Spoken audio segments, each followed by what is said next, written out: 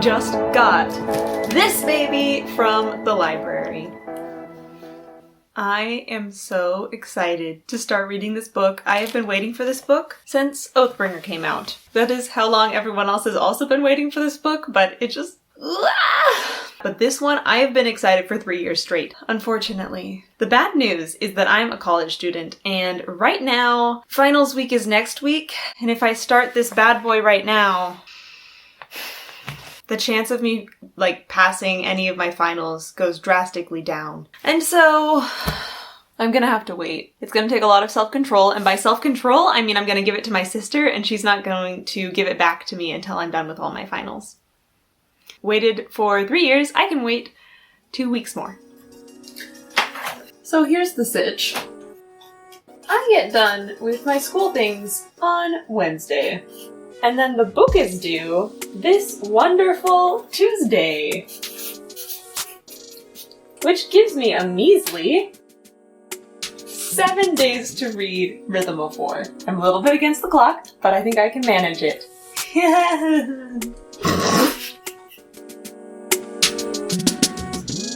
Okay, I just finished my last final, so it's time to go get the book from my sister.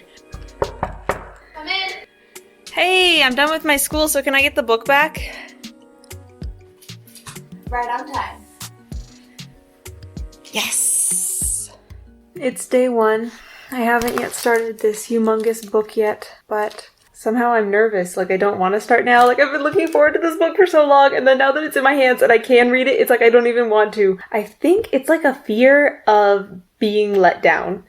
That I have this fear that I'm going to read this book and it is not going to be as good as I've hoped it's going to be, because I've heard some things from people who've already read it, that it's still a Stormlight book, which means it's super good, but not the best Stormlight book. I mean, I know I should just trust that this book will live up to my expectations, because chances are it really will. So it's day one, and I am reading chapter 2, and I just got to a part that I'm pretty annoyed with. So book 1, Way of Kings, I did not like Shallan. You know why? Because it seemed like every chapter with her was just ooh, I have a deep, dark secret. And then we didn't get to figure out what her deep, dark secret was for a while. Eventually, when we figured out her deep, dark secret was that she murdered her parents, I was okay, pretty good deep, dark secret. But now she says it might be time to remember once and for all everything, implying that there is a second, or I guess third at this point, deep, dark secret. No! Can we just be done with Shallan's secrets, please? I mean, a good mystery is a good mystery. This is too much. What more could have happened to her? Come on! This book is hard to hold up. My wrists are already hurting, and I'm only on page 66. Just buy a monkey to hold it for you. Thanks, I'll try that.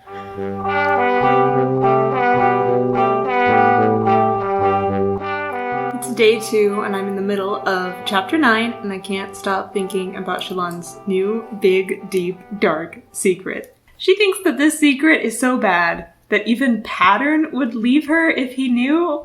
What would be so bad? I can't even what? And hasn't Pattern been around her since she was a little kid? So what has she done that he doesn't know about? These are big questions. Did she kill the real Shallan? Did she secretly kill Sadeas after all? I mean, I'm full of ridiculous ideas and none of them are even kind of plausible, and it just... I don't know, this reveal better be good. You know what this feels like? This feels like season 4 of the Sherlock TV show, where it was oh, Sherlock has an evil little sister who he forgot about because it was so bad. It feels like that. It feels like it's just something weird shoved in there at the end that doesn't really make sense for the plotline. We'll see. I am this far. Made it to 203, so could have read more, but I decided to watch The Mandalorian with my family instead, so kind of worth it. These books are so smart that they have the emotional character development linked so closely to the power level of the characters, because as they get more character development, they're more ready for higher ideals. And it all comes together. In other news, Adolin still fantastic. He's a great friend, and he's loyal to his Shardblade, and I hope so hard that the Shardblade comes back from the dead. I heard this crazy theory that I can't stop thinking about, that Adolin is going to turn evil in this book. On all the Stormlight Archive covers so far, the hero has been on the front, and on the back has been the villain. And on the back of this book is Adolin. It's beginning to look a lot like Christmas.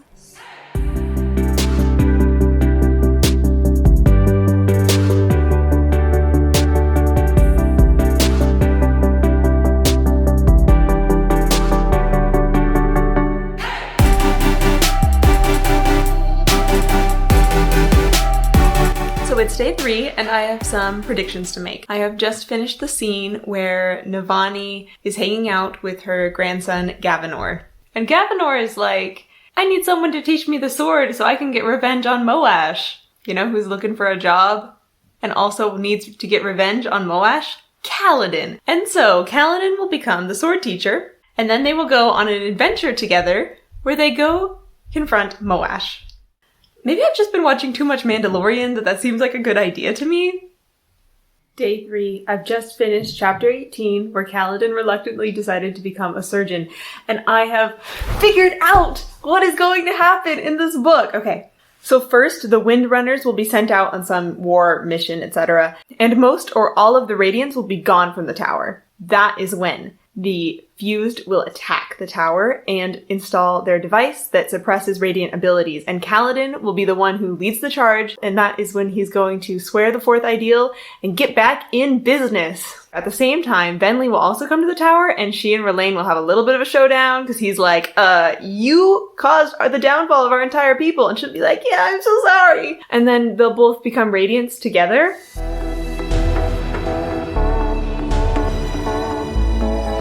Oh, and prediction, the spy is Shallan's fourth personality, which she doesn't know about. Because I feel like that's the only thing that really makes sense. That it's probably not going to be one of the 3 Lightweavers that she brought along. It'll be someone else. Maybe it's Adolin. Ooh. I don't think it's Adolin, because we've had a chapter from his perspective. But it could be Adolin. Ooh, that'd be... Ooh. Pattern is the traitor. I did not see that coming at all. That wasn't even on my list of options. I would have believed Adolin first. I love this twist so much. I love it so much. I want to reread the entire series knowing this fact now. What's gonna happen? What are they gonna do? Like, Shallan could just break her oaths and then kill Pattern right now, and that'd be so traumatic. And like, what are they gonna do? Can you break a bond without killing the Spren? This raven is just huge. It got into our trash and made a mess of it. Now it's trying to eat it. It is both fascinated by and scared of the trash. Eventually, I decided that was really enough bird footage for the vlog, and I should really clean up the trash.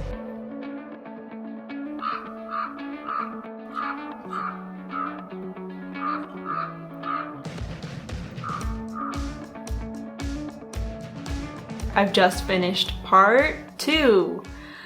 And oh, I have so many feelings about Kaladin. They're all about Kaladin. Well, there's ones that aren't about Kaladin, but most of them are about Kaladin. He didn't get his nice quiet life as a surgeon. I'm kind of happy about that. I have many predictions about this upcoming tower battle. So excited! Though, quick complaint. Like, there's always been some Cosmere world building and a big chunk of typical world building. But in this book, the Cosmere world building is off the charts. I now understand so much about Fabrials, and I can see clearly how it's going to lead to developing computers pretty soon. Like, they are right on these edges. It feels like it's too much, and it's hampering the story part. Like, if you're here for Cosmere world building, this is awesome. I am not here for Cosmere world building. I'm here for the Stormlight Archive story, and I don't care enough. Like, I love the Mistborn books and the Elantris books and Warbreaker, but I do not need all the details on how things work. In other news, I just finished watching Mandalorian Season 2, and I am shook, and The ending was beautiful and devastating, and if you have not seen the Mandalorian TV show, I highly recommend it. I love how slow and careful it is. This isn't a vlog about a Mandalorian review. Stay tuned for a different video about the Mandalorian TV show.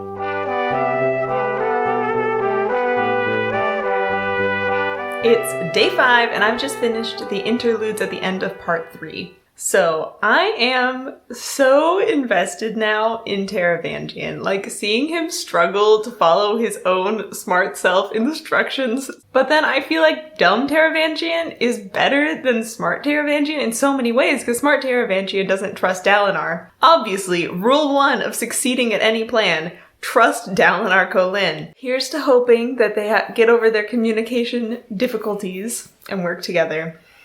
Also, I can't wait until we have the Venli, Rlain, Lift, Kaladin power team. That's gonna be pretty satisfying. Me and my sister are going on a morning walk to look at the sunrise. It's about 10 a.m., 10:15. Bad thing about living in Alaska, it's really dark in the winter. Good thing about living in Alaska, you gotta find those silver linings. You don't have to get up early to watch the sunrise. So on our way to our sunrise watching destination, we found this beautiful art installation that someone made with lots of footsteps in orderly rows. It goes all the way around this track. I love how it looks like they put so much care and thought into every footstep. And it will be gone in a few weeks, covered up by more snow.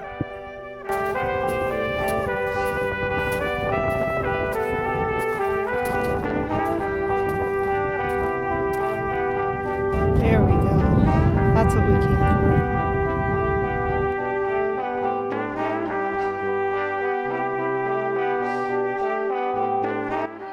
I am maybe 80% done. A little sleep deprived from reading irresponsibly late into the night. Right now, I'm in the middle of Adolin's trial, and I've figured out several plot twists, or at least I think I have. I loved the scene with Wit going into Kaladin's nightmare to help comfort him. That scene was so beautiful. I loved Wit's interactions with his Spren. The story itself was also very interesting and good. It makes me wonder, if they're talking about dogs and dragons and such, does that mean that that story comes from Earth? And does that mean that Earth is canonically part of the Cosmere? You like my veil hat? What else is there? I think I'm slowly coming to appreciate more and more how the focus of each part shifts a little bit. That they'll drop plot lines, like the Shadesmar wasn't there for an entire part pretty much. And I think I like it. These books are just too cluttered to keep juggling all the plot lines at once. So putting one down for a part, totally good.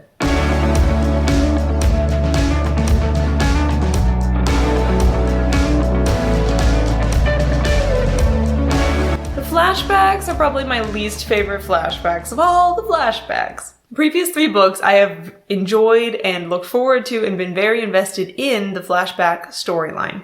I feel like the reason I'm not as invested in Eshonai and Venli's flashback storyline is because I already know, like, pretty much all the details. There hasn't been any twists. And that's a little ridiculous, because just because you know the twist doesn't mean you can't appreciate the story, but still, past Eshonai, and especially past Venli, I'm just not very invested in. I do love, though, the drama between Lirin and Kaladin. I don't exactly know how I want it to end, either happily or with lots of angst. I would be satisfied. And I've been thinking. So before, I was like, no way is Shallan's new secret worse than killing her mother and her father. It would make everyone turn away from her. But now that I know that her secret is that she killed another Spren through broken oaths, it deserved. It was worth the hype. That's bad in a different way from double patricide, but it kind of maybe is worse from the Radiant's point of view, because it's more unprovoked. Long story short, I shouldn't have been so critical of this book, and I should have just trusted that Brando Sando had a great master plan and would deliver on the beautiful promises of angst, because he did. It's day 6. I just finished chapter 99 with Jasnah. Jasnah and Wit? I don't know if I'm happy about it or sad about it. Earlier in the book, when they said that there were rumors that Wit and Yasna were in a romantic relationship, I thought they were wrong. I thought it was a joke. It's not a joke. They're actually in a romantic relationship. I don't know what I expected. I don't want either of them to be in a romantic relationship, but if they had to be with anyone, I'm glad they're with each other. Does that make any sense? Dude, I don't know. I just know I've got a lot of feelings about it. I don't know if they're positive or negative. They're somewhere in the middle. So, this is my very first video that I made for this channel. And even back then, back in August, when I was making this video, I knew as soon as I finished editing it that it was like 80% trash. But I still published it because I wanted the experience. And now, looking back on that video, I thought I could re-edit that and make it only like 20% trash. So I've just gone through and I've grabbed the raw footage and I've re-edited the entire thing. Yeah, this was a pretty fun project and that'll be coming out probably around the same time as this vlog. Daft is dead. There have been a lot of deaths in this series that like 20 pages after they happened or even 2 pages after they happened, suddenly the character isn't dead anymore. I'm feeling like this character is dead. And that is sad. Moash is the worst. Here's my prediction. Rlain will bond the sibling. You know, I don't really believe that Rlain's gonna bond the sibling. It feels like it's too foreshadowed. Here's my new prediction. Dabid will bond the sibling.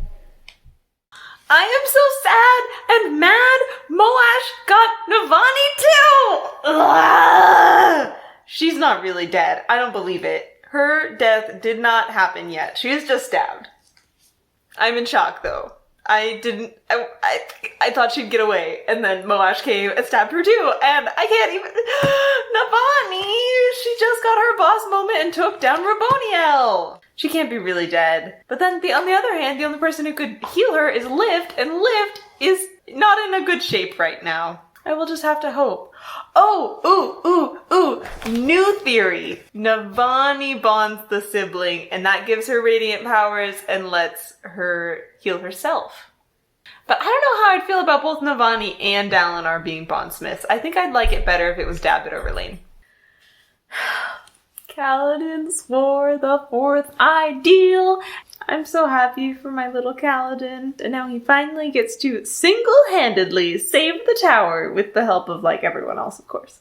And now he gets to save his father as his first act as a Radiant, and then his father will be like, "Son, I still believe in pacifism, but I was wrong to pretend that I disowned you." He watched that tiny, tumbling figure as it drew closer and closer, the ground, so near. They'd fallen the length of the tower and hundreds of feet below it in the storms. The ground rose up to meet them. Almost. Kaladin stretched out his hand and... Why cliffhanger here? Turns out, Navani is the bondsmith. Oh my. I kind of hope that Navani gets to kill Moash. I mean, on one hand, Kaladin should be the one to kill his arch-nemesis Moash. But Kaladin already overcame him in a spiritual sense. So now Navani can just overcome him in a physical sense. And then when Dalinar comes back to the tower, Navani can be like, "This is my tower now." Yes. I mean, I think I'd rather have it be someone else. But I'm not that upset because it was such a good scene. There was a blizzard last night out in the mountains, which means the road is now very, very slick. Slush. Which means for my wonderful walk today, I have put these nice spikes on my boots, which is pretty essential for not slipping and sliding on this. The worst part will be tomorrow when everything cools down again below freezing, and then this will all freeze into even slicker ice.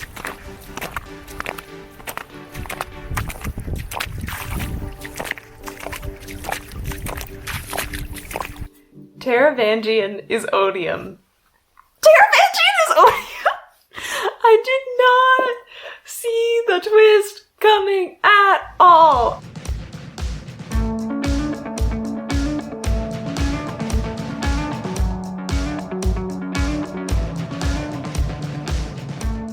I was not expecting anyone else to become Odium. I guess maybe I should have seen it coming since, like, Mistborn.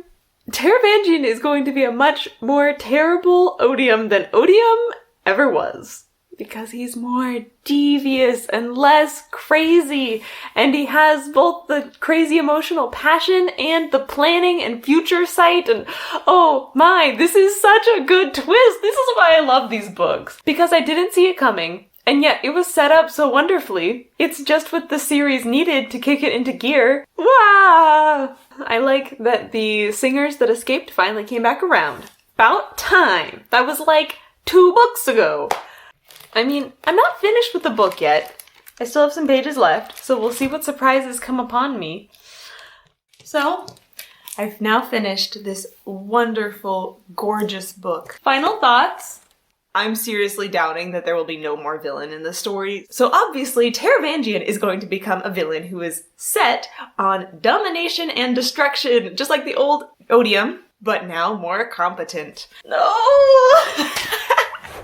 This is such a fantastic twist and so terrible all at once. Especially that he, like, one-upped Wit. Now, I don't really believe that Wit is never going to realize that his memory was taken, because even in the last chapter, he notices clues like the coins are wrong, he's lost his perfect pitch that he gets from getting a certain number of breaths, so, like, obviously Wit is going to figure out that someone's been tampering with his memory. I also heard this wonderful theory, because now I've been, like, trolling the internet about this stuff. It's confirmed that Wit is a feruchemist, so the coins that he was playing with could be metal mines. And also, the leader of the Ghostbloods is called the Lord of Scars. I know who that is! It's Kelsier! Oh my! Can you even imagine? Kelsier is the leader of the Ghostbloods? These books are so above and beyond the average book. Like, they're not flawless books, because honestly, no books are flawless. But I remember I read my first Stormlight Archive book when I was about 15. And I remember I loved it, but I was so confused why I loved it. Because I was thinking, okay, I love the story, but it's long, it's kind of boring, there's not much plot happening, we're just following Kaladin and, like, Shallan, and I don't really care about her much, and, like, it felt like all the things that I shouldn't like in a book, and yet I still loved it. And that's kind of the magic of these books for me, that even though there's so many things I can point to and complain about, I still love them so much, and I will reread them over and over. Now I'm just excited for book 5, which will probably come out about 3 years from now. Wow, that's a long time. Okay, time to turn this bad boy into the library. I'm not sure if it'll fit. Ooh, just barely.